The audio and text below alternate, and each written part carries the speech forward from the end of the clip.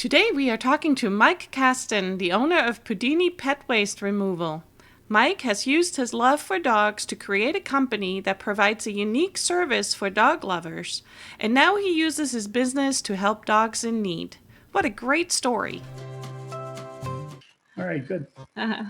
So hi, welcome everybody. This is Bea and Jim with Modern Canine Vlog, and today we are interviewing Mike with the Poodini Pet Waste Removal. Hi Mike, welcome. Hey, how are you? Doing good. Good. Well, thanks for taking time out in your busy schedule for talking to us today. Absolutely. Thank you for having me. Poodini, that's such a cute name. Correct. We are a pet waste removal company, aka Pooper Scooper. The business of just taking care of yards, keeping them clean, sanitized, disinfected, and smelling fresh. Well, just curious, how did you come up with the name? Believe it or not, it was handed over to me. Oh, interesting. Okay. Years ago, I was a graphic designer, and I had a client come to me with the idea to design a logo for him.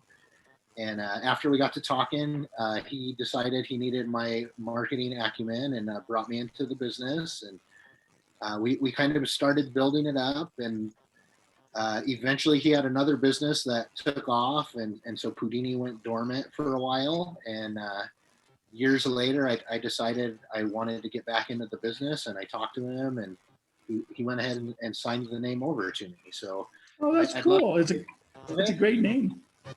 Yeah, I thought so too. I'd love to take credit for being the one who came up with it. I'm going to give credit where credit's due. It's a cute logo too with the dog. Yeah, very cute, very cute. That I can take credit for. So how long have you been doing this? I've officially been running it myself for 4 years now, or going into our 4th year. I started in 2017.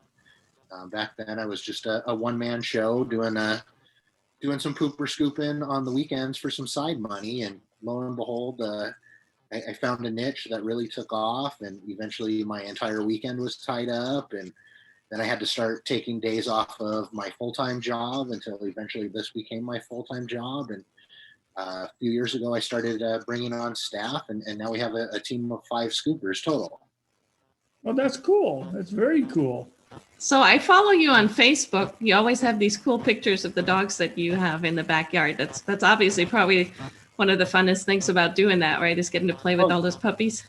Absolutely. That's the highlight of the job. I mean, I got into this business not because I wanted to pick up dog poop. I got into it. I love dogs. I have 2 of my own, and if I can go play with and pet everybody else's dogs, then, that's a dream job to me. Picking up poop is the hard work. Playing with the dogs is the fun part. Yeah, we always say that too, because we feel that our job is so much fun. Here we go out and we get to play with people's dogs and get to tell them a little bit about what we know about training dogs. So it is really a fun thing to do. Absolutely. I mean, I want to pet all the dogs everywhere I go. And, at least with these customers, I get to know the dogs, and I get to see them every week or a couple times a week, and form as much of a bond with dogs as I do with my customers themselves. Is there a certain meetup ritual or something that you have when you take on a new customer? Typically, when we go to a customer for the first time, I always like to go ring the doorbell, introduce myself to them personally, get a formal introduction to the dogs. Obviously, a lot of our customers work when we visit and can't be home. So then it's kind of a feeling out process. If they know their dogs are friendly with strangers, they're more than welcome to be out in the yard with us. If they're not sure, I do ask that they keep them, inside, just for the safety of myself and for my employees. Right. Ultimately, we like it when the dogs can be out there with us, keeping us company, but safety first always. Absolutely, yeah.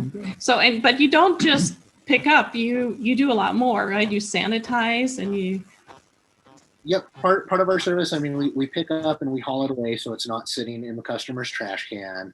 And then we do have a sanitizing treatment that disinfects and kills bacteria that cause odors. And I have a couple different fragrances in that. One of them's like a eucalyptus scent. The other one's lavender. So it's a nice subtle aroma that we leave in the yard that smells much better than the little treasures that the doggies leave for us. So cool. I want to talk a little bit about your charity organization, though. You do something special for shelter dogs. Can you tell us a little bit about that? Yeah, absolutely. I just want to start by making the disclaimer. It is not a charitable organization. It is just something I do from the goodness of my heart. But it's what we call the Poodini Pals Toy Drive. And all year long, I collect toys, blankets, treats, dog food, any kind of items that we can donate to the county shelters and to the local rescues, just to help out with our homeless furry friends and, give them a more comfortable life while they're waiting for their forever home. And it really, it started as a simple plea to my customers. I sent out a mass email letting them know. I think it was in the winter time when I started the first one, and I was like, hey, it's cold. The dogs at the shelter need some blankets. Anybody has old blankets or towels, just go ahead and bag them up and leave them outside for me, and I'll pick them up when I come around on my rounds. And I got a couple truckfuls worth of donations that way. And I realized that I had a platform here through my company to do a lot to help dogs. I had a voice. So I started getting a little more active with it on social media, investing some of my company's profits into, buying a big bulk of tennis balls that was on closeout from Chewy. I think I bought 150 tennis balls, took them down to the shelter to personally go hand them out to dogs. And then I realized they have over 500 dogs at the West Visalia County. So wow. my 150 didn't go very far. So, I decided I needed more help, and I started reaching out to the community, and I got several local businesses to offer up to be drop-off locations for us. And Oh, wow. so I have collection bins around town that fill off, and once they get full, the business calls me, and either myself or my wife will run down there and pick it up, and either directly run it out to a shelter or rescue, or it comes here and my garage is overflowing with donations as I get ready to disperse them. So That's really awesome. Wow. Very cool. Yeah, that's I very wish I awesome. could do more, but I know every little bit helps. So, I don't mind putting in the time and effort and spending the money to help give back, because obviously dogs have been really good to me over the years, and this is my way to help them. That's awesome. Yeah, the fact that you're even doing it is pretty good. Yeah, it's pretty cool. Now, you mentioned you have some drop-off locations. Where can people find out where those drop-off locations are? Yeah. Well, right now it's a little bit sketchy because during the pandemic, I had to shut a lot of them down. People didn't want that kind of traffic in their stores. Right. That makes sense. So we do have over at Pet Planet in Ahwatukee is been a big partner of ours for a long time. I do get a lot there. Technically, my donation box is not there right now because of the pandemic, but they have still been accepting some donations, stashing them in the back on a shelf for me. So that's nice. We've been going that route.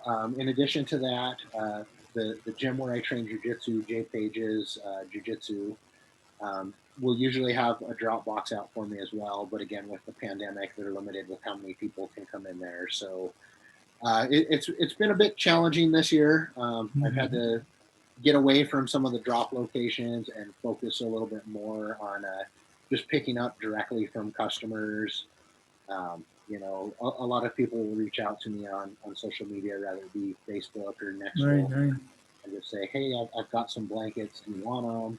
And I absolutely, let me get your address and your phone number, and I'll make arrangements to swing by and pick them up. And like I said, my wife has been a big help with that. She's very much an advocate for animals. She's actually a photographer that specializes in dogtography. So she's very passionate about dogs as well, and she's 100% on board with Toy Drive, and stands behind me completely. And it would be very difficult for me to do this on my own without her help. So, probably the best thing to do is just have them call you and say, "I've got some stuff. What would you like us to do with it, or something?" Yeah, absolutely. For now, contact me. either we'll make pickup arrangements, or if they're in an area where I know they can drop it off, Yeah. I can certainly direct people how to do that, and then Or hopefully they can use your services and drop them off there. Well, I was just going to say, we are definitely going to make sure that we're going to share all of Mike's information, his website and his Facebook page in the description below the video. So if you're trying to reach out to him or want to give him, contribute to his toy drive, then you'll have the information in the description below the video. And of course, to try out the service. That's really cool. Yes, Yeah. please do. Please do. We would love to take care of all the dogs and keep all the yards clean. It's very cool. Very cool. I'm not going to say that they neglect their yard. Everybody's very busy, so sometimes it just gives them a chance to reclaim their yard because they want to come home from work and hang out on the back patio for the weekend. They don't have to worry about cleaning up, and they have a nice sanitary yard that smells good and isn't full of flies. That's a good idea. What's the standard time that people do it? Once a week or twice a week or every day? The majority of customers go for once a week. It is becoming quite popular for a lot of customers to go to 2 times per week now, especially if they have large dogs or, more than 1 or 2 dogs. Oh, right. Yeah. That's really a neat service. Yeah. Convenient. Oh, my gosh. Yeah. Absolutely. I mean, there is a certain stigma to it. I'm sure you guys have seen in some of the Facebook groups. Every time there's a post, somebody likes to go on there and troll and be like, "Oh, who would pay someone to pick up dog poop?" Or "That's what kids are for." And my answer to that has always been that it's a luxury service that's a convenience, and if people want to spend their money on it, so be it. We're no different than landscaping companies or pool cleaners. That Exactly. they're both services that somebody could do themselves, but it's more convenient for them to pay someone else. And so we're just trying to break that stigma and let people know that there is a professional service for there out there. And really our price is pretty comparable to what most people would pay the neighborhood kids to do it, but they get a very high-end professional service as well as sanitation, so they get a little more for their buck with us. And health-wise, it's much different than somebody mowing your grass. And there could be diseases and flies and mosquitoes and stuff. If you don't mow the grass, it's not such a big deal. So it's actually more important than lawn and garden service. It's a good service. That's a good one. Yeah. I could rattle off a list of different viruses and bacteria. Of course. Species, but I don't want to bore you with all that science today. Oh, yeah. No, but we personally know from being dog trainers. I mean, obviously we've seen a lot of people's backyards that have dogs, and I know that there's a lot of people that don't like Scooby Poo because we see a lot of it. Exactly. So. Yeah. Hey, sometimes it's quite large. I have my 2 big dogs at home, a 70-pounder and a 100-pounder, and I'm not gonna lie. Sometimes I slack on my own yard because I go out and I do this all day, and the last thing I want to do when I come home is clean up dog poop. So I fully understand where my customers are coming from. So Poodini.com is the website. Yes. Excellent. And again, we'll have the link. Anything else you want to share about your business, or what are some of the challenges? What's the most challenging thing about your business? I guess the bigger we get, scheduling becomes a challenge, at least for me personally.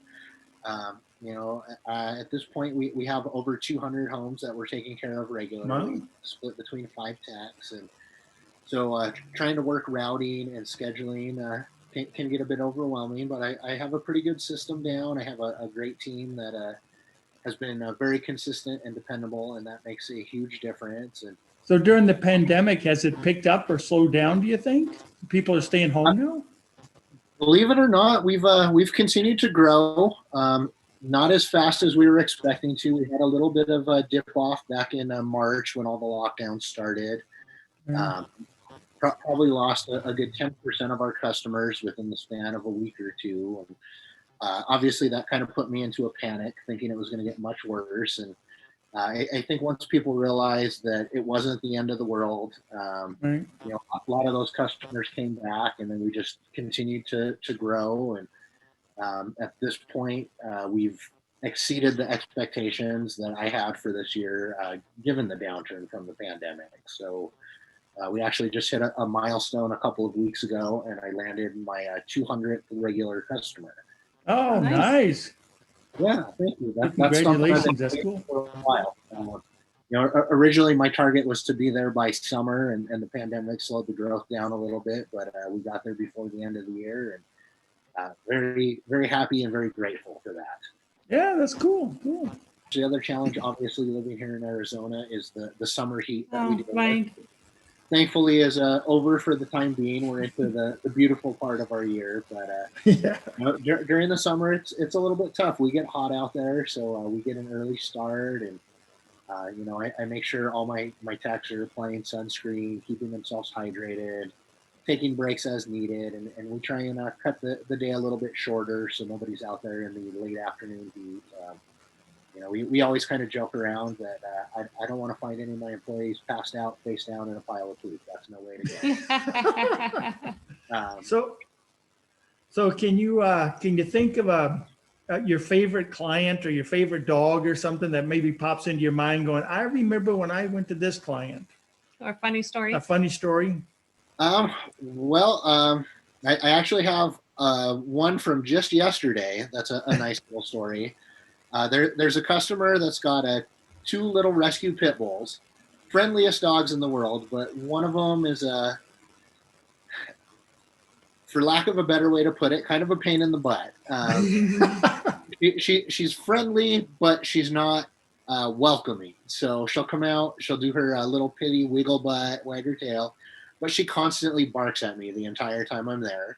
And every time I get out my sprayer to do the sanitizing, she follows me around and she attacks the sprayer. She bites at it, tries to yank it out of my hand. Normally I can just go about my business. I'm just like, okay, Lucy, let it go, let it go. Well, yesterday she got particularly crazy. And as I was walking by the customer's pool, Lucy lunged at it and fell in the pool. Oh, no.